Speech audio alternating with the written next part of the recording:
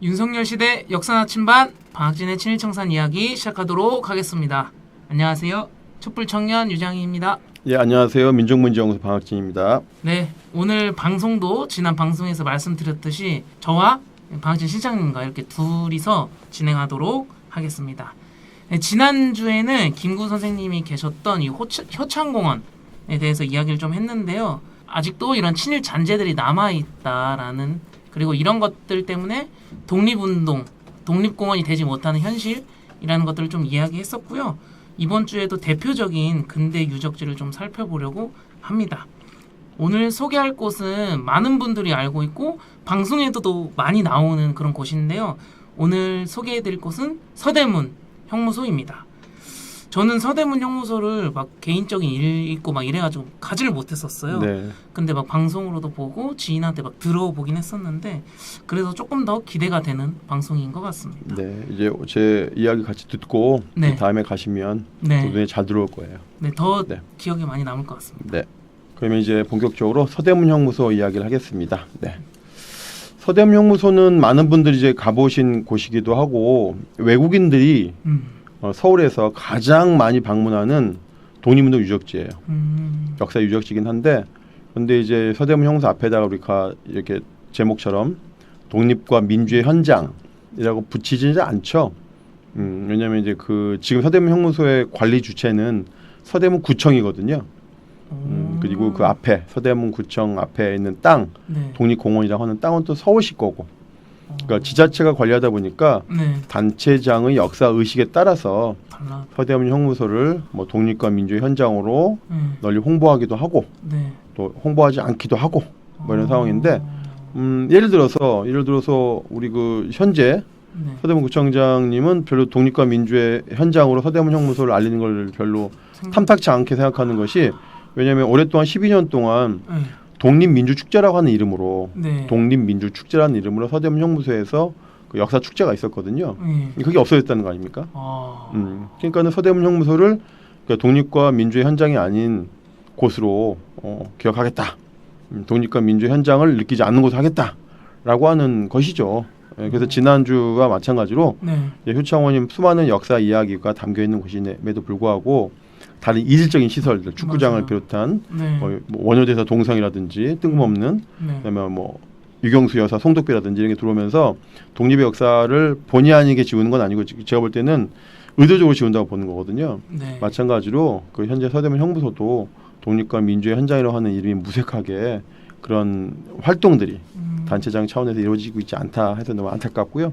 그런 차원에서 또 우리가 효창공원에 이어서 이 이야기를 들고 나왔습니다. 네. 본격적으로 우리 아직까지 서대문 형무소를 가보지 않은 유장희 학생을 위해서 네. 한번 이야기를 풀어볼 텐데, 네, 이제 감옥이죠, 감옥. 네. 우리가 이제 형무소, 뭐 감옥, 뭐 교도소 여러 가지 형태로 이제 지금은 우리나라에서는 교도소라고 부릅니다. 네. 죄수들을 가둬놓는 곳을 교도소라고 부르는데, 교도소라고 하는 것은 교화한다는 것이죠. 네. 단순히 감옥에 가다 놓는 것이 아니라 교화해서 새로운 사람을 만들겠다라는 적극적인 이제 교정 행정이라고 하는 건데요. 네. 과거에는 그런 게 없죠. 그냥 가둬 놓는 거예요. 분리시켜 놓는 거죠. 형무소라고 하는 것은 형을 집행한다는 뜻이죠. 예, 그러니까 감옥과 형무소는 같은 개념이라고 본다면, 지금은 이제 교정을 맡는 곳 교도소니까 지금은 좀 그 사람을 대하는 태도가 달라졌다고 이름에서는 볼 수 있지만 네. 제가 볼 때 뭐 크게 달라지지 않은 그런 모습인데, 근대 감옥의 역사를 좀 보면요, 형조, 뭐 형조 판서 이런 말 들어봤지 않습니까, 그죠? 네. 형조 판서, 우리 요즘 말하는 법무부 장관, 전옥서는 법무부 장관 밑에 교정본부장 이렇게 보면 되겠어요. 의금부 이제 되게 중요한 뭐 국정원으로 봐야 되나 뭐 그런 거죠. 의금부 사원부도 별도의 형조와 별도의 어떤 특명에 의해서 움직이는 그런 기관이고, 역시 이 의금부와 사원부도 무력을 갖고 있죠. 네. 공권력을 행사할 수 있는 곳이죠. 그다음에 한성부, 지금의 서울시장인데 서울시장도 역시 포도청을 운영했어요. 그 지금은 삼권이 분립돼 있죠. 입법, 사법, 행정이 분리돼 있지만 옛날에는 사도가 다 했어요. 사도가 행정, 뭐 시장도 하는 것이고, 네. 뭐 판사도 하는 것이고, 뭐 법도 만들고, 그래서 사도가 다 했거든요. 그러니까 이날은 그랬다는 거죠. 근데 그렇지만 이것이 근대 감옥에 오면서 1895년에 경무청 감옥서라는 기관이 생기고, 그다음에 1907년에 법부라고 하는 네. 지금은 법무부죠. 네. 법부 내에 있는 감옥서라고 하는 기관이 생기면서 근대 감옥으로 발전을 한다고 보여지긴 하지만 네. 이 시기가 1894년, 1907년이 일제가 우리나라를 침략하는 그다음에 일제가 침략하기 좋도록 제도를 바꾸는 시기니까 반드시 감옥 제도가 뭐 조금 인간적으로 바뀐다든지 이런 개념은 아니다. 제도로서만 이제 근대적인 모습을 보이고 있다라고 이제 우리가 이야기할 수 있을 것 같아요. 이 전옥서의 경우에 전옥서 조선시대 때 감옥에 이야기하는 건데요. 네. 수용 인원이 많아봐야 100명이에요. 예, 그 방이 한 두세 개밖에 없어요. 뭐 감옥이라기보다는 그냥 온돌방 이런 수준으로. 그래서 뭐 왜 그러냐면은 그 전옥서라고 하는 게 이 전국적으로 지금은 우리가 어딥니까? 뭐 서울에서 잡혀도 저기 장흥 교도소 보낼 수 있지만 네. 교통이 발전해 가지고 그때는 그럴 필요가 없거든요. 잡히면 거기 포도청에 가둬 놓으면 되는 거니까 굳이 전옥소에 모아놓을 일이 없기 때문에 형조사나의 전옥소에는 별로 수감 인원이 많지 않았다. 예, 라고 할 수 있는 거죠. 그 다음에 정확한 통계가 나오지 않죠. 예. 자, 이것이 이제 근대 감옥의 제도가 바뀌는 시기가 바로 이 시기인 거예요. 우리가 감옥 제도만 놓고 보면은 근대라고 볼 수 있겠다 하지만 바로 남대문 전투, 군대 해산이 되면서 국방부가 없어지고 군인이 없어지는 상황에서 이 감옥이 근대가 된다고 하는 것은 조선 대한제국이 근대식 제도를 받아들였다는 것보다는 오히려 일본이 근대 감옥 제도를 자기들식으로 만드는 과정이었다라고 보는 것이 좋겠습니다. 그래서 전국의 감옥 이렇게 이제 바꿔 나가는데요. 이게 지금 현재 우리 감옥 제도인 거예요. 이게 현재. 그대로. 1908년에 만들어진 당시에 전국의 감옥 제도가 지금 현재 우리도 그 큰 틀을 현재 유지하고 있다 이렇게 보여지는데요. 지금은 우리가 분단이 돼 있지만 1908년 당시 분단이 안 됐으니까 남부를 통틀어 가지고 한반도를 통틀어 가지고 이제 주요 도시에다가 감옥들을 하나씩 만드는 거예요. 예, 경성 감옥, 그다음에 오른쪽으로 가면 평양, 대구, 공주, 해주, 광주, 그다음에 진주, 함흥 이렇게 해가지고 그 이 당시 이제 팔도를 주요하게 이제 나눠 놓고 주요 도시에다가 이제 감옥을 하나 만들었고 감옥 밑에 분감을 만들었다. 하는 거. 그래서 분감을 보면은 경성 감옥의 분감은 인천과 춘천 이렇게 되는 거죠. 이제 그래서 공주 감옥의 분감은 청주에 있고 뭐 이런 거죠. 청주에 있어도 이거는 공주 감옥의 분감인 거죠. 이렇게 우리가 볼 수 있겠다는 거죠. 이때 이제 보면 이제 수용 인원을 볼 필요가 있어요. 수용 인원이 이제 커집니다. 이때부터. 이 감옥 제도가 근대화 된 과정에서 또 계속 의병들이 많아지고 1907년 정미의병부터 해가지고요. 의병들이 많아지니까 이제 이 감옥이 커지면서 곧 이 감옥 제도는 결국 의병을 가둬놓기 위한 근대 감옥 제도가 만들어지는구나 라고 우리가 보면 알 수 있겠어요. 아까 전옥소에서는 기껏 해봐야 40에서 많으면 100명 아니겠어요? 이때는 수용 면적도 커지고요. 전에는 뭐 온돌방 한 두세 개 수준이었다면 이제는 거의 300평. 그러네요. 수감 인원도 2,000명이 넘는. 이렇게 되는 것이 되죠. 그러니까 1908년 6월 의병이 약 3만 명으로 집계되는데 이러면서 대규모 감옥이 필요하게 되었다라고 하면서 한국의 감옥 제도는 뭐예요? 바로 독립운동과 연관되어 있는 독립운동을 가둬놓기 위한 감옥 제도였다. 그러다 보니까 이 감옥에서 인간적인 대우가 이루어질 수가 없겠죠. 예. 이게 평당, 한 평당. 그러니까 되게 좁은 곳에 빽빽하게 넣어놓은 거죠. 한 평당? 그러니까 일제가 본인들이 만들어 놓은 것보다 더 많은 의병이 들어오는 거죠. 너무 많이 들어오니까. 의병이 이렇게 많이 들어와 이렇게 되는 거죠 이제. 평당 한 평에 6명 들어올 수 있나요? 못 들어올 거야. 서서 자는 거죠. 서서 자는 경우도 많아요. 자, 이제 기후각서라고 하는 게 되게 중요해요. 감옥에서는요. 우리가 1905년 을사늑약은 외교권이 박탈되어 있는. 1907년 정미조약은 국방권이 박탈되어 있는. 그 2년 후인 기후년에 또 하나 맺은 체결 조약은 사법권이 없어지는 거예요. 사법권. 이 사법의 핵심이 뭐냐면 감옥 보내는 제도예요. 감옥의 열쇠를 누가 갖고 있냐? 감옥의 열쇠를. 이 감옥의 열쇠를 일본 놈이 갖고 있는 거예요, 이제. 그러니까 이제 외교권, 그다음에 국방권, 그다음에 감옥의 열쇠도 다 일본 놈이 갖고 있으니까 이제 기후각서쯤 되면은 기후년 1900년쯤 되면은 1909년쯤 되면 이제 나라가 아닌 거죠, 이제. 그렇지 않습니까? 일본 놈이 감옥의 문을 열쇠를 갖고 있으니 이게 일본인 거죠, 이게 일본. 그렇죠, 그냥 일본인 거예요. 그 기후각서가 아주 을사 1910년 경술 국지 조약 전에 체결된 그 사법권에 관련된 조약인데 네. 어떻게 보면 이때 되면 이제 나라가 망한 거나 마찬가지죠. 예. 자, 서대문 형무소의 연역을 보면은요. 그래서 아까 크게 말씀드렸듯이 1908년에 네. 예, 경성 감옥으로 시작했다가 네. 나중에 이름이 바뀝니다. 네. 경성 감옥은 서대문 감옥이 되고 경성 감옥이 새로 생겨요. 마포에. 그게 바로 마포 경찰서 맞은편에 있는 서부지검 자리가 지금 이제 경성 감옥인 거예요.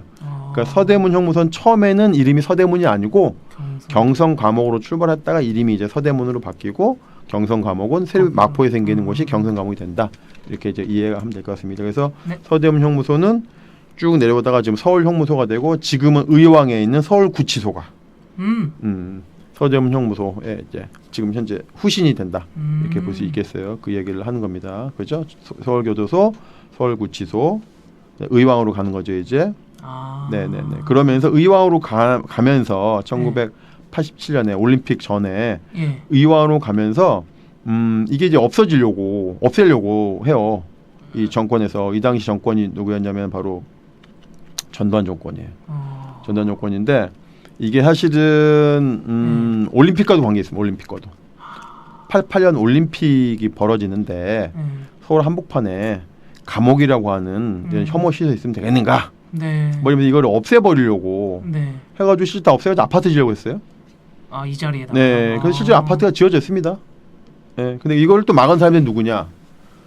이것들아 이곳이 독립과 민주의 현장이고 특히 독립운동가 이곳에 수감된 곳인데 역사의 현장을 다 밀어버리고 아파트 짓는다는 게 말이 되느냐 해서 그 당시에 많이 살아계셨던 독립운동가들이 그 불도저 그다음에 또 뭐죠? 포크레인 이 앞에 밑에 기어 들어가셔가지고 막은 거예요. 맨몸으로. 그래서 남아있는 공간이 지금 이 정도 남아있는 겁니다. 이것도 역시 독립운동가들하고 후손들의 우리 역할 속에서 이나마라도 서대문 형무소가 남아있는 걸 우리가 감사를 해야 됩니다. 네. 자, 이때는 이제 올림픽이라고 하는 그런 어떤 외국인들에게 보여주기 식의 이제 뭘 하고 싶어서 혐오 시설을 없앤다. 근데 단순히 혐오 시설이 아니라 독립운동의 기억과 장소가 없어지는 이런 천인공노할 짓을 전두환이 벌였던 거죠. 네. 그러니까 독재자들은 공통점이 있어요. 역사를 지우려고 하고 숨기려고 하고 은폐하려고 하는 것이 독재자들의 공통점이에요. 어느 동서고금을 막론하고. 자, 이렇게 해서 이제 서대문 형무소는 우여곡절 끝에 이제 서대문 형무소 역사관이라고 하는 박물관, 대한민국을 대표하는 박물관으로 지금 활동을 하고 있는 거죠. 그러니까 우리가 여기를 자주 가야 되는 이유는 바로 이런 것이죠. 독립과 민주의 역사를 계속 기억하려고 하는 곳이기 때문에 여기가 의무적으로 자주 가야 되는데 제가 볼 때는 제일 잘 되는 것 같아요. 전국에 박물관 많은데 제가 전국에 독립운동 관련된 박물관을 안 가본 데가 거의 없는데 오히려 독립기념관보다 더 이거 좋더라고요. 독립기념관 다리만 아파.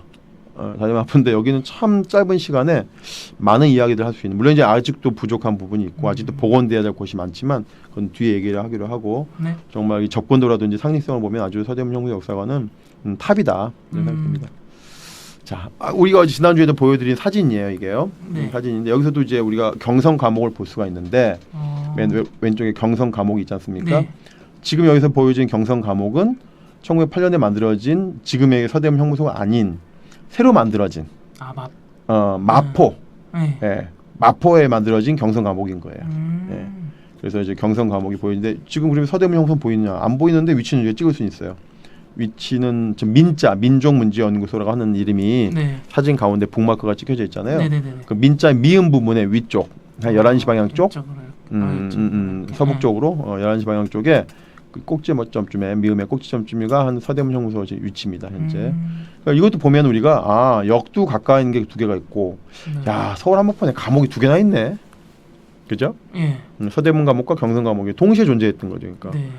감옥도 두 개가 있을 정도니까 큰 감옥이 그러니까 얼마나 이제 독립운동가들 활동이 활발했는가라고 하는 걸 또 저희가 또 확인할 수 있는 거죠. 그래서 그 경성 감옥이 이제 경성 형무소, 그다음에 마포 형무소, 마포 교도소, 지금 이제 안양 교도소인 거예요. 그러니까 이게 경성 감옥의 후신이 안양 교도소야. 안양 교도소 지금 또 옮긴다고 하더라고요. 안양 교도소 뭐 거기 주민들이 좀 반대하나 봐. 이제 교도소 좀 약간 이제 교도소가 좀 너무 발전을 저해하고 있어요. 안양과 의왕 사이에 있어가지고 딴 데 옮긴다고 하는데 또 옮겨질 곳은 주민들이 또 반대하겠죠. 그렇죠. 또 우리 동네 있어요. 교도소가 웬 말이냐 이러면서 예. 하여튼 그렇습니다. 그래서 아까 서대문형무소는 서울구치소로 내려오는 곳, 네. 경성감옥은 이제 안양교도소로 내려오는 곳. 또 하나가 있었어요. 영등포구치소. 근데 지금 없어졌어요. 그게 아예 없는 없어지고 그냥 아파트 지어졌어요. 이런 것들이 다 어떻게 보면 독립 플러스 이제 나중에 만들어지긴 했지만 민주와 관련된 시설들이거든요. 다 민주주의자들이 투옥되어 있는 그런 시설들이 참 안타까워요. 이 감옥이라는 시설들이 되게 세계적으로 감옥이 되게 중요한 가치를 갖는데 그 뒤에서 또 말씀드릴게요. 감옥은 세계 문화유산으로 등재된 곳이 많아요. 왜냐하면 거의 민중대 저항의 그 현장이기 때문에. 근데 좀 우리는 그 감옥을 다 없애려고 하는 거니까 아예 지금 경성감옥 마포형무소는 아예 흔적도 없습니다. 지금 흔적도 예, 안타깝죠. 그러니까 고작 하나 남아있는 게 서대문형무소이기 때문에 서대문형무소 우리가 정말 잘 보존하고 복원해야 될 명분과 가치가 여기서 다시 한번 드러나는데 경성감옥에서 일제강점기에 독립운동가들이 어떤 활동들을 했냐고 보니까 기록에 의하면 우리 국치일 1910년 8월 29일 국치일에 나라가 빼앗겼잖아요. 해외에서도 독립운동가들이 굶었지 않습니까? 국치일날 노래도 부르고 국치일 노래도 부르고 연극도 하고 밥도 굶었잖아요. 여기 계신 분들도 굶었어요. 그 기록이 나와요. 경상감옥에 수감되어 있던 독립운동가들이 굶었다고 단체로 단식투쟁. 그러니까 단식투쟁이 되게 오래된 방식이기도 하고 또 독립운동가들이 즐겼었던 방식이기도 해요. 네. 밥도 조금밖에 안 줬다는데 감옥에서 그 안에서 단식을 해요. 아사동맹 이런 거죠 이제. 굶어 죽자 뭐 이런 거죠 이제. 그래서 이제 경성감옥은 좀 없지만 그런 역사의 기록도 우리가 얘기할 수 있다. 네. 자 이제 서대문형무소 얘기 좀 해볼게요. 1908년에 만들어져가지고 그죠. 지금 그 표가 4개가 있는데 1908년 지도에 하얀색 가운데 이것이 지금의 공간. 크기. 그다음에 이제 이 시간이 지날수록 이제 공간이 넓어지는 확장이 되는 걸 보여드리는 거예요. 1908년에 저 정도였구나 한 4분의 1 정도의 크기였다면 이제 1915년, 21년 30년이 되니까 막 커지네 이제. 점점 커지는 것을 우리가 볼 수 있어요. 외형적 평창을 볼 수 있죠. 감옥이 커진다는 건 간단한 겁니다. 감옥에 많은 사람들을 잡아넣고 있다라는 거죠. 그럼 독립운동이 우리가 계속 이어지고 있고 독립운동은 계속 우리가 끊이지 않고 중단됨 없이 오히려 더 활발하게 독립운동이 이어지고 왔었다라고 하는 걸 우리가 볼 수 있는 거예요. 자, 36년이 되면 이제 지금의 모습을 완성이 돼요. 36년이 되면 그러니까 지금 밑에 그림인데요. 처음에 있는 시설들이 1908년에 있는 시설들이 그대로 있지는 않고 조금 뭐 리모델링도 하고 하다가 21년이 되니까 좌측에 있는 약간 부채꼴 모양의 모습이 나오지 않습니까? 그게 이제 파놉티콘이라는 구조인데 하여튼 저 구조가 나오는 게 아주 중요합니다. 21년, 30년 저 구조가 계속 있죠. 15년에는 저 구조가 없죠, 그죠? 네, 없어요. 없다가 이제 저 약간 부채꼴 모양, 부채살 모양의 파놉티콘이라고 하는 형태의 이제 구조가 만들어지는데 이게 중요한 건데요. 제가 말씀드릴게요. 36년이 되면 완성이 됐는데 외형적 평창이 돼요. 야, 지금 남아 있는 것 그림을 보면 지금 남아 있는 건 어디만 남아 있냐? 왼쪽에 있는 왼쪽에 있는 측면은 아예 없고요 지금요. 다 없어요? 왜냐면은 이제 그 80년대 공사할 때 포크레인이 양쪽부터 치고 들어왔거든요. 양쪽부터. 끝부터. 왼쪽 오른쪽부터 치고 들어오니까 왼쪽 오른쪽에 있는 건물부터 없어지기 시작한 거예요. 그러니까 왼쪽에 있는 가장 마지막에 만들어진 건물, 어떻게 보면 가장 중요한 건물이기도 한데 그게 없어졌어요. 지금 현재 아예 없습니다. 지금 현재 아예 없고 그냥 나무만 심어져 있어요. 오른쪽 끝은 뭐 있냐? 공장이라고 좀 표시가 되죠. 공장이라고 표시되어 있는 그것도 아예 없습니다. 현재 저건 뭐예요? 주차장이에요. 주차장. 우리가 그 가면은 버스 주차하는 곳이 지금 원래 주차장도 서대문 형무소 자리예요. 근데 거기도 복원을 해야 돼 우리가. 그러니까 얼마나 많은 곳이 양쪽에서 이제 철거가 됐는가라고 하는 걸 우리가 알 수 있어요. 그 다음에 이제 가운데 보시면 파놉티콘 구조의 부채살 모양이 왼쪽과 오른쪽에 있는데 지금 현재 우리는 오른쪽에 있는 몇 개만 남아 있는 거예요. 왼쪽에 있는 화살표 나가 있는 거 그 부분은 없어요 지금요. 다 없어졌습니다. 사형장 밑에 있는 거 거기 이제 없어진 상태예요. 격벽장이 격벽장은 새로 나중에 이제 복원했고 격벽장 밑에는 이렇게 부채살 모양의 옥사들은 지금 없어진 상태인데 지금 이제 복원하려고 마음은 먹고 있는데 복원의 주체가 아까 어디라고 했습니까? 복원의 주체 서대문 구청이에요. 서대문 구청. 서대문 구청이 예산을 투입해야죠. 예산 투입 안 하는 것 같은데. 보거나 의지가 없는 것 같아요. 그렇다는 거죠. 자, 다시 한번 요 마지막 왼쪽에 있는 네. 마지막에 만들어진 건물이 왜 중요하냐면 여기야말로 독립운동가 전용 감옥이거든요. 이렇게 되어 있습니다. 이제 사상범. 그 저 사진의 주인공은 이재유라고 이재유, 네. 이현상, 김삼룡은 아주 전설적인 사회주의 혁명가예요.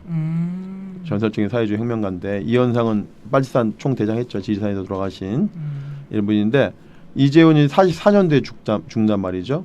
그러니까는 해방되기 전에 돌아가세요. 네. 그러니까 이재윤은 독립운동으로 서원이 된 분이에요. 네. 그렇지만 이현상과 김삼룡은 북한 정권에 관계가 있다 해가지고 서원이 아예 안 되는, 아예 안 돼요. 저분들은요.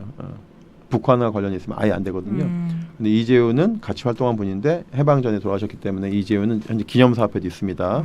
전설적인 독립운동가예요. 그러니까 이제 이 독립운동가 사상범이라고 하는데 독립운동가 들어가서 잡범들과 옛날에 섞였어요. 잡범들과 같은 방에. 네. 그러니까 다 독립운동을 만들어버리는 거예요. 의식화. 와. 의식화를 만드는 거예요. 그러니까 여기 뭐예요? 밑에 그 동아일보 33년 3월자 기사에 뭐라고 나와 있습니까? 보통 죄수와 사상범을 같이 둔다면 결국 보통 죄수의 사상이 사상범의 사상에 감염된다. 감염된다는 표현이에요. 감염된다고. 의식화된다, 무슨 복원을 받는다 이런 게 아니라 감염이라는 표현을 써요. 그러니까 얼마나 이제 그 사상범들을 나쁘게 그 사회주의 독립운동가 이런 분들을 병으로 전염병으로 아주 폄하하고 혐오하는 그런 명칭으로 쓰는 거죠. 그래서 별도로 구별해야 된다 이 사람들은 라고 해서 만들어진 게 바로 왼쪽에 있는 아까 이렇게 이렇게 왼쪽에 저렇게 네모 반듯하게 되어 있는 그 건물인 거죠. 그러니까 저 건물이 없어진 거란 말이죠. 엄청 큰 건물이면은 그만큼 또 많이 그렇죠. 많이 계셨다. 그러니까 나머지 격벽장 그 파놉티콘 방사적 모양의 건물들에는 일반인들과 독립운동가들이 섞여서 있다면 왼쪽에 있는 건물은 일본인들이 말하는 것처럼 독립운동가 전용 감옥이었어요. 저기 없어요. 지금 저기 없어지면 저기 없어진 거예요. 저게 네, 이렇다라는 거죠. 네. 근데 이제 우리가 복원이 다 가능합니다. 복원이 100% 복원 가능해요. 왜냐하면 밑에 보시면은 경성구치감 도면이 다 있거든요. 이 도면이 있다는 것은 복원이 된다는 거예요. 도면이 잘 남아 있어요, 아주 잘 남아 있어서 유네스코 세계유산 등재도 무난합니다. 저희가 나중에 또 말씀드릴 텐데 그러면 이제 파놉티콘에 대해 설명드릴게요. 파놉티콘이 뭔지. 네. 이 방사성 모양의 부채꼴이라고 제가 표현해 드렸잖아요. 네. 파놉티콘 구조에 기초한 근대 감옥. 그 저도 잘 제레미 벤덤을 본 적이 없는데 하여튼 제레미 벤덤을 우리가 공리주의자라고 배웠어요. 공리주의자. 공리주의. 예. 영국에 있는 그 사상가, 철학자라고 하는 거죠. 예. 제레미 벤덤이 개발한 거예요. 창조한 거예요. 파놉티콘이라고 하는 것은. 이게 뭐냐면 죄수들이 있는데 죄수들 100명이 있는데 아주 적은 숫자로 이제 간수들이 이 죄수들을 관리하려면 몇 명이 필요하겠는가 이런 거거든요. 그까지 만든 게 파놉티콘이라고 하는 거예요. 파놉티콘은 자 아무리 많은 죄수라도 간수 2명이면 다 감시된다 이거야. 2명이면. 저 감옥이면 그렇습니다. 저런 식이라면은 360도 우리가 볼 수 있는 게 180도잖아요. 그럼 180도 1명, 뒤에 1명, 간수 2명이면 저렇게 수많은 사람들 죄수를 가둘 수 있다는 거예요.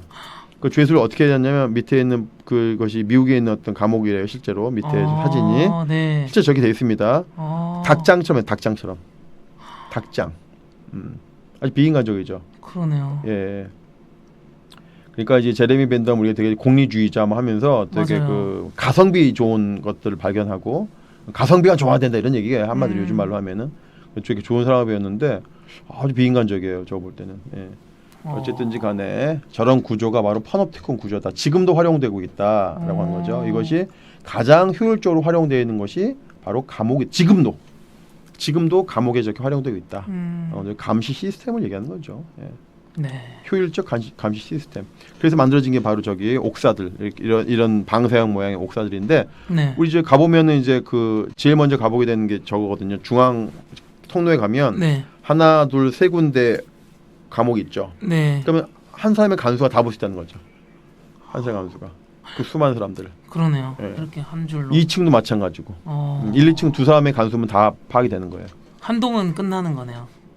한 동에 네. 세 동 다 볼 수 있죠. 세 봉 다. 세 동 다 볼 수 있는 거죠. 하나, 둘, 세 개가 나오니까 세 동 다 볼 수 있는 거죠. 네. 그래서 2층이거든요.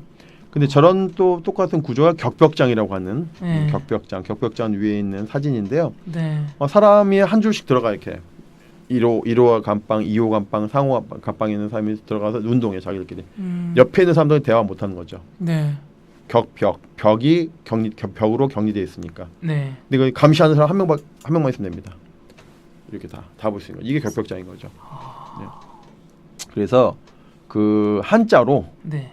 그 한 사람의 간수가 서 있는 그 자리를 한자로 별이 기자. 별이 기? 예.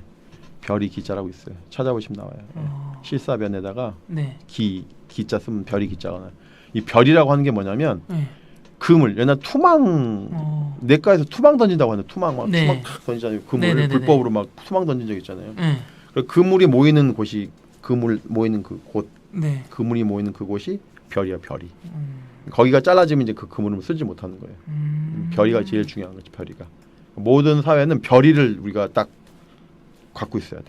모든 정보가 모이는 곳이기도 하고, 모든 힘이 모이는 곳이기도 하고, 별이가 잘라지면 그 그물을 쓸 수 없는. 그 별이를 정확히 별이를. 별이 기자인데 그 별이를 활용한 게 바로 이 파놉티콘 구조란 말이고, 네. 그죠? 옥사도 그렇고 격벽장도 그렇죠. 예. 파놉티콘 구조를 활용한 서대문 형무소 이렇게. 뭐 다른 형무소는 마찬가지입니다. 다 그래요. 예. 자, 그다음에 이제 우리 감옥에서 또 하나 볼 수 있는 것은 여성 감옥들. 과거에는요. 네. 조선시대 때는 남녀 감옥이 따로 있었을까? 따로 없었을까요? 따로 있었을 것 같아요. 따로 없었어요. 없었어요? 그러니까 비인간적이죠. 여성과 남성이 같은 감옥에 있었어요. 그래서 나쁜 짓을 많이 해요. 남자 죄수들이. 일부러 이렇게 방치하는 경우도 있죠.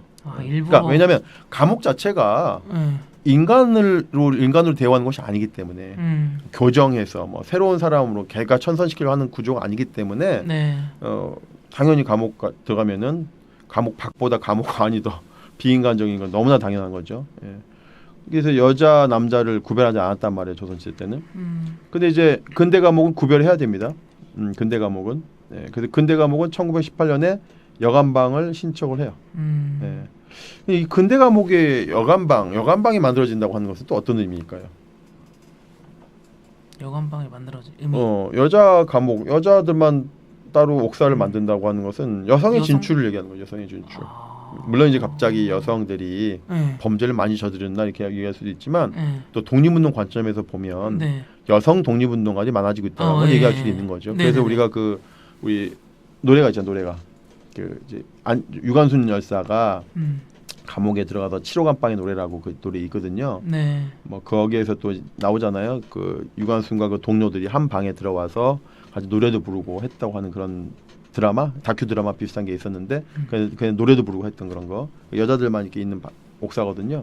지금도 이제 여옥사 별도로 있고 여옥사에 가면 복원이 돼 있는데 유관순 열사와 그 7호 감방에 있었던 그 여성 독립운동의 이야기들, 그분들이 주고받았던 노래들 이런 것도 되는데 노래 안 보셨나? 8호 감방의 노래. 네, 8호 감방의 노래. 안예은 맞죠? 네, 안예은. 다시 한번 해주십시오. 네, 여러분, 예, 그 영화 8호 감방의 노래가 있습니다. 그 유관순 열사와 그 같이 8호 감방에 수감됐던 독립운동가, 여성 독립운동가 이야기를 다룬 다큐 영화인데요. 8호 감방의 노래에 안예은 씨가 리메이크한 노래가 있어요. 그거 한번 꼭 좀 들어보시길 바랍니다. 네. 자, 그러면 서대문 형무소를 통해서 3.1운동의 양상, 또 3.1운동의 수감자들을 볼 수 있어요.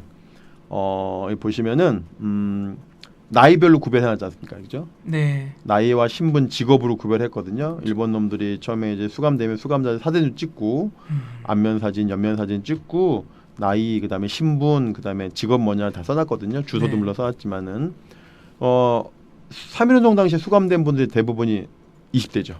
네. 네, 20대가 압도적으로 많죠. 네. 그다음에 신분으로는 아직도 양반 상놈이 있었으니까 평민이 많고. 그다음에 직업적으로는 당연히 농업 국가니까 농업이 많지만 농업을 빼면은 가장 많은 직업이 학생이에요. 그러니까는 평범한 20대 학생이 가장 많았다라고 보는 거죠. 네. 그래서 3.1운동은 젊은 혁명이고 민중의 혁명이고 이렇게 우리가 이야기할 수 있습니다. 젊은 혁명. 예. 그래서 평균적으로 수감자들이 수감된 기간을 보면은 네. 6개월에서 1년이 가장 많습니다. 어... 6개월에서 1년 미만이 가장 많은 수감이에요. 그러면 6개월 미만이면 뭐 독립운동 안 해. 6개월 미만이라도요 고통 많이 당한 겁니다. 아. 왜냐하면 6개월 미만의 사람들에게 그 태형 볼기짝 때리는 거거든요. 때리는 거, 예. 예. 말도 안 돼. 볼기짝 어떻게 볼기짝을 때려요? 그래가지고 유럽에서도 볼기짝 때리는 있었어요. 그 인도라든지 이런데 그 영국이라든지 프랑스가 지배하던 식민지 국가에서도 볼기짝 때리는 그게 있었는데 그것도 일본 너무 비인간적이다라고 해서 그것도 없앴거든요. 네. 그런 제도가 이제 있었습니다. 일제강점기에 네. 태형이라고 해서 장형이라고 그래가지고 엉덩이 때리는 거예요. 예. 근데 그게 그러면 차라리 그냥 엉덩이 맞고 나오는 게 낫지 뭐 6개월 동안 뭐 감옥에 있냐? 엉덩이 맞고 죽은 사람 많아요. 맞아요. 장독 올라가지고. 장독 올라가지고 왜냐면은 파상풍. 그냥 때리는 거 아니거든요. 모든 30cm 작아져 때리는 게 아닙니다. 예. 살이 패요. 예. 피가 짝짝 묻어요 바지에. 그러면 약이 없잖아요 제대로. 네. 그러니까 독 올라 죽는 거예요. 예. 그런 경우가 많습니다. 예. 장독 올라가지고 장독이라고 해요 그런 걸요. 장독. 자 이제 보시면 이제 보안법 그 당시엔 다 보안법이라고 했거든요. 예. 그 다음에 6개월에서 1년이 가장 많은 거죠. 예. 자 여기 보시면은 아까 네. 우리 일제 강점기 초창기 감옥 얘기하면서 평균적으로 한 뭐 한 평당 6, 7명 네. 정도가 수감됐다. 그 초에 그 구한말 일제 강점기 직후에 감옥 네. 생기고 했는데 여기 이제 3.1운동 많이 들어오잖아요. 네. 엄청 많이 들어오지 않습니까? 이 시위자들이. 네. 그러니까 총 수용 인원이 500명인데 그 당시에 3,000명이 넘게 들어왔으니까 6배가 넘게 수용이 되는 거예요. 감옥에 발딜 틈이 없는 거죠. 야. 그래가지고 사람들이 잠을 못 자잖아요. 네. 감방이 좁으니까. 네. 어떻게 잤을까요? 서서 자. 교대로 서서 잤대요. 바닥에 누운 분들도 그냥 이렇게 바로 눕지 못하고 모로 누운다고 하죠. 90도 어깨로. 일단은 바닥에 누운 사람 무조건 모로 눕는 거고 서 있는 사람들은 이제 다 벽에 서가지고 쭉 벽에 기대가지고 그러다가 교대 자는 거예요. 그리고 뭐라 하면 교대짬이에요. 교대짬이란 말이 있어요. 교대짬. 교대에 잠을 잔다. 교대짬. 예. 교대짬 자는 거예요. 그래서 서대문형무소 감옥은 그러면 냉난방이 됐을까요? 냉난방 안 됩니다. 예. 냉난방 안 돼요. 소못이 있었을까요? 소못 없어요. 그래서 밥을 줬을까요? 밥도 조금? 이때는 밥을 줬어요. 근데 구한말엔 밥을 안 줬는데 이때는 밥을 줬습니다. 근데 밥을 이제 차등별로 줘요. 차등에서. 그 안에서 막 소요 일으키고 말 안 듣고 하면은 밥 조금 주고 네. 말 잘 좀 밥 더 주는데 막 밥 더 준다고 많이 주는 건 아니고. 예. 그래서 그 당시 감옥 안에도 차별이 있었고 냉난방이 안 됐고 그래서 옥바라지가 필요했고 옥바라지 없는 사람들은 죽어버리는 거예요. 옥사하는 거예요. 옥사. 추워서 죽어. 누가 소못을 안 넣어주니까. 네. 예, 지급을 안 해주니까. 자 서대문 형무소를 그러면 이제 이런 사실 지금 제가 서대문 형무소 이야기하고 있지만 뭐 많은 뭐 연구 논문이라든지 방송 뭐 심지어 예능 프로그램에서도 서대문 형무소에서의 어떤 아픈 삶, 열악한 삶에 대해서 많이 이야기를 하고 있는데 저는 이 시간을 마무리하면서 그런 것보다는 앞으로 서대문 우리가 지난 시간에 효창 근린공원을 어떻게 하면 효창 독립공원을 만들까에 대한 고민을 우리 촛불 시민들 해야 되듯이 마찬가지로 서대문 형무소라고 하는 이 단순히 박물관을 어떻게 하면 독립시설을 만들까라고 하는 것이 고민해보는 시간을 하면서 말씀드리면 제가 마무리할 건데요.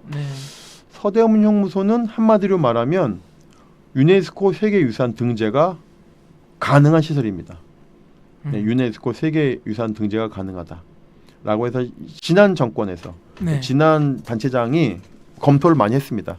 뭐 저도 이제 거기에 검토하라라고 하는데 저희가 조금 일조를 했죠. 밖에서 외치기도 하고 이게 이렇게 좋은 시설을 그냥 단순히 서대문구에 단순히 뭐 쉽게 말해 입장료 받는 수준으로 하면 안 된다. 이거 세계적인 문화시설을 만들어야 된다. 유네스코 세계유산 등재해야 된다라는 운동을 저희가 시작했거든요.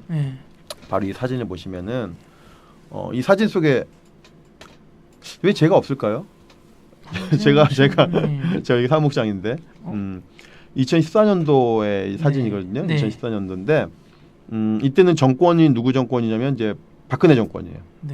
박근혜 정권이고 광복 70주년 1년 앞으로 남겨놓고 납둔. 있는 시기이고 예. 이고 또 하나는 유네스코 세계유산의 군함도가 등재를 앞두고 있는 시절이었어요. 군함도가 등재되기 1년 전 상황이어서 네. 우리가 군함도 등재를 반대만 하고 있을 것이 아니라 물론 반대는 하되 우리도 똑같이 유네스코 세계유산에 서대문 형무소를 등재해서 네. 일제의 어떤 잔악한 역사를 전 세계에 알리자. 네. 역으로 알리자. 반대만 할 것이 아니라 정말 역으로 우리 알리자라고 하는 그런 운동들을 제가 펼쳤거든요. 네. 그래서 그 덕분에 이제 국회에서 인재근 의원님 등이 발의해서 제목이 국회 서대문 형무소 유네스코 세계유산 지정을 위한 촉구 결의안이 통과됐습니다. 예. 그때 여야가 별 반대 안 했어요. 네. 왜 반대하는지 모르겠는데 통과가 됐어요. 네. 통과가 돼가지고 국회는 하라는 거죠 이제. 네. 이제 행정부가 하면 되는 거죠. 네. 근데 행정부 안에서 이제 문제가 되는 거죠. 이제 행정부가. 근데 안 될 수밖에 없는 상황들도 있어요. 세월호 참사가 한 달 후에 생겼고 이러면서 뭐 박근혜 정권이 뭐 정신 못 차리는 상황이었지만 어쨌든지 간에 우리는 저렇게 그 현수막에 사진 보시면 현수막에 뭐라고 되어 있냐면 서대문 형무소 유네스코 세계유산 등재를 위한 시민 모임 발족식 겸 심포지엄 했습니다. 네. 네. 그 시민 모임을 이제 우리 민족문제연구소가 발의해서 만들었고 제가 사무국장이에요. 여전히 아직 해촉 안 되고 있어요. 제가 사무국장이에요. 저 모임의 네, 사무국장님. 시민 모임 사무국장입니다. 네. 제가 사진 찍어서 제가 없나 봐요. 그럴 수도 있죠. 역사는 그런 거예요. 어쨌든지 간에 내년 되면 10년이 됐는데 네. 이렇게 이제 서대문 형무소의 가치에 대해서 우리가 한번 확인해 보자라고 네. 하는 것들 계속 이제 서대문 형무소 측과 그 당시 서대문 형무소 구청 측과 저희가 계속 노력했거든요. 네. 이미 충분히 서대문 형무소는 세계유산 등재 가치가 있다. 어떤 의의가 있는가? 의의가 6가지가 있는데요. 이건 장희 학생이 한번 6가지를 네. 또박또박 첫 읽어보십시오. 네. 국내외에서 치열하게 전개되었던 항일 독립운동을 입증하는 역사적 유적. 두 번째로는 한국 사회 운동의 역사가 담긴 기념비적 공간. 세 번째는 좌우 이데올로기 갈등의 현장으로서 반성과 화해의 상징. 네 번째는 생명의 존엄과 인권의 소중함을 일깨워주는 현장. 그리고 다섯 번째는 제국주의 침략의 전초로서 근대 식민지 형무소 건축의 주요 사례. 마지막으로는 일본 미쓰비시 중공업, 신일본 제철 등 전범기업 세계유산 등재 추진에 대한 적극적 대응. 네, 여전히 우리는 그 10년이 다 다가오는데도 이 의의가 아직도 있습니다. 왜냐하면 아직도 우리가 제대로 등재 추진 안 하고 있기 때문에 이 의의는 여전히 살아 있는데 이것을 이제 앞당겨야 될 것이 우리의 촛불 시민들의 의무라고 생각이 됐는데요. 자, 그럼 외국에서는 그럼 어떻게 하고 있는가? 이런 건 네거티브 유산이라고 하거든요. 네거티브, 부정적인 유산이라는 거죠. 부정적이고 부끄럽고 하지만 그래도 다 잘 활용해서 역사의 반성에 기재로 삼는다라는 거죠. 이제 대표적인 게 홀로코스트 기념공원. 이거 뭐 다 여러분 아시는 거니까 넘어가겠습니다. 두 번째로 심지어 일본도 히로시마 평화기념공원 해가지고 이렇게 하는데 우리 왜 안 하냐 거지. 일본은 그냥 오랫동안 자기들이 침략 국가였는데 한번 그 원폭 맞은 거 가지고 마치 이제 피해자 코스프레 하는데 맞아요. 우리는 왜 못 하고 있느냐 거꾸로. 군함도도 다 등재가 되고 있는데 왜 우리 못 하고 있느냐라는 거죠. 그러니까 적극적으로 우리가 국제 사회에 우리의 역사를 알릴 필요가 있겠다. 그 중에서 아주 보편 타당하게 외국인들에게도 인정이 되고 받아들일 수 있는 것이 바로 감옥이다. 감옥. 그 사람 다 감옥 알거든요. 감옥이 어떻게 쓰였는지, 특히 식민지 감옥이 어떻게 쓰였는지는 설명 안 해도 다 알거든요. 맞아요. 이게 바로 보편적인 가치가 있다는 거거든요. 그래서 우리가 서대문 감옥이 딱 하나 남았습니다. 제가 볼 때는요. 아까 감옥이 많았지 않습니까? 뭐 함흥에도 있고, 뭐 공주에도 있고, 대구에도 있고. 대구 형무소는 이육사 선생 시인 그분이 거기에 수용됐었어요. 그때 번호가 264에서 264인 거예요. 근데 그 장소가 있냐? 없어요. 이제 없어요. 예, 그 이육사 선생의 그 이름이 남았던 264번 그 수용본에 이육사 선생을 기록할 수 있는 공간은 지금 무슨 교회인가 교회 예, 없어요. 그러니까 한반도에 유일하게 남아 있는 겁니다. 서대문 형무소가. 예. 자, 그래서 일본은 바로 이렇게 야스쿠니 신사 유슈카는 뭐냐면은 야스쿠니 신사 안에 있는 전시관인데요. 그때 일본 놈들이 썼던 비행기들을 자랑스럽게 전시하고 있는 거예요. 가미카제 특공대가 탔던 비행기 같은 거 말도 안 되는 거죠. 예. 그래서 이런 것들을 잡고 일본은 전쟁 범죄에 관련된 시설도 등재하고 있다 말이지. 왜냐하면 다 전범 관련된 시설이잖아요. 그 제철소 같은 거, 신일본 제철, 미쓰비시 제철, 전범 기업들이 그 인류의 사회와 함께 전쟁을 했던 그런 시설인데 이거 네. 등재하고 있다 이거죠. 우리 뭐 하냐 이거죠. 이제 뭐 하냐. 일본 저렇게도 하고 있는데. 자, 그래서 이제 목록을 한번 찾아봤어요. 목록을. 네. 그래서 이제 허권 선생이라고 유네스코 이제 세계유산 등재하는데 아주 권위자신데 허권 선생이 쓰신 것들을 제가 인용해 왔는데 네. 우리 서대문연구소는 어디에 해당되는가? 네. 왼쪽에 큰 표 보면 인권. 그러니까 이제 서대문연구소, 그러니까 유네스코 세계유산은 뭔가 인류의 가치, 보편적 가치를 드러내는 것이어야 되거든요. 그 인권이냐, 민주주의냐, 자유냐, 또 전쟁을 통한 또 반전쟁. 이 전쟁 기념은 오히려 전쟁하지 말자는 얘기거든요. 네네네. 거꾸로는 전쟁해서 하자는 얘기가 아니라 이게 세 가지 기준에 의하면 네. 이 서대문연구소는 인권에 대한 가치를 우리가 할 수 있다. 인권에 대한 거. 로벤섬이라고 하는 것은 그 넬슨 만델라 남아공의 인권 운동가인 넬슨 만델라를 오랫동안 장기 구금해 놓은 시설이에요. 로벤섬 네. 감옥이. 네. 그러니까 인권을 말살하는 곳이죠. 근데 인권을 말살하는 현장이기 때문에 오히려 인권 얘기할 수 있는 곳이죠. 우리가 가능한 거죠. 우리 서대문형무소도 가능하죠. 네. 서대문형무소에 많은 독립운동가, 민주화운동가들이 그 안에 계셨기 때문에 네. 그다음 민주주의와 자유 당연히 얘기할 수 있죠. 뭐 본연 뭐 말함. 그쵸. 그다음에 전쟁. 전쟁하지 말아야 된다는 또 얘기할 수 있는 시설인 거죠. 그러니까 서대문형무소는 자 세계문화유산에서 얘기하는 인권과 민주주의와 자유와 전쟁, 이 전쟁을 통한 반전 네. 이런 것들을 이야기할 수 있는 곳이기 때문에 얼마든지 가능하다는 거죠. 이 가치는 차고도 넘친다. 라고 하는 걸 우리가 얘기할 수 있어요. 자, 그래서 우리 앞으로 해야 될 일이 이제 이거 참고문헌까지 해드려야지 이제 참고문헌 이런 분들 자료를 제가 참고해가지고 네. 정리했습니다. 자, 그래서 이제 제가 오늘 이야기 드릴 말씀은 여기서 다 마쳤고 네. 서대문형무소를 단순히 감옥이라는 음. 것을 넘어서서 우리가 이 서대문형무소를 통해서 앞으로 어떤 가치를 만들어내야 될지 그리고 이전에 서대문형무소를 세계문화유산으로 등재될 수 있는 수많은 그 걸음들이 10여 년 동안 있었는데 지금 이것이 지금 중지되어 있는 것은 왜 어떻게 중지되어 있는 것인지 이것에 대해서 우리가 다시 한번 되돌아보는 시간이었길 바랍니다. 네. 네. 오늘 방송도 너무 좋았던 것 같아요. 네. 일단은 이런 역사들을 잊으면은 이런 등재조차 못하는 거잖아요. 그렇죠. 그래서 예. 이런 역사를 잊으면은 네. 이런 적폐 세력들이 살아 있기 때문에 지우려고 하고 숨기려고 한다라는 게 가장 중요한 것 같고, 그래서 약간 대통령, 뭐 서울시장, 구청장 이런 선거를 진짜 잘 뽑아야겠다라는 게 또 한 번 생각이 드는 것 같습니다. 맞습니다. 그 세계유산 등재하는 등재 주체가 있거든요. 예. 아무나 등재해 주세요라고 신청서 낼 수 없거든요. 네네네. 신청서 낼 수 있는 사람이 딱 2명이에요. 네. 누구? 대통령과 네. 서울시장이에요. 그러니까 그 나라의 최고 지도자와 네. 그 유산이 있는 지역의 단체장, 최고 단체장 2명만이 낼 수 있습니다. 그러니까 둘 중에 한 명만 낼 수도 있는데 네. 둘 다 낼 수도 있고. 네. 둘 다 같이 내면 둘 다 같이 내면 제일 좋죠. 네. 예. 그래서 예를 들어서 뭐 백제에 있는 고분군들 낼 때도 뭐 대통령을 대신해서 문체부 장관, 단체장을 대표해서 뭐 충남도지사 같이 내는 거거든요. 그런 것처럼 이것도 이제 합의가 돼야 되는 거예요. 근데 이제 뭐 우리가 조선시대 때 이전에 그 세계유산들은 합의가 다 돼요. 여야가. 네. 근데 이런 독립과 민주주의와 인권 관련된 시설은 꼭 국힘이 방해하거든요. 이게 우리 현실인 거예요. 이게 더 어려운 주제인 거죠.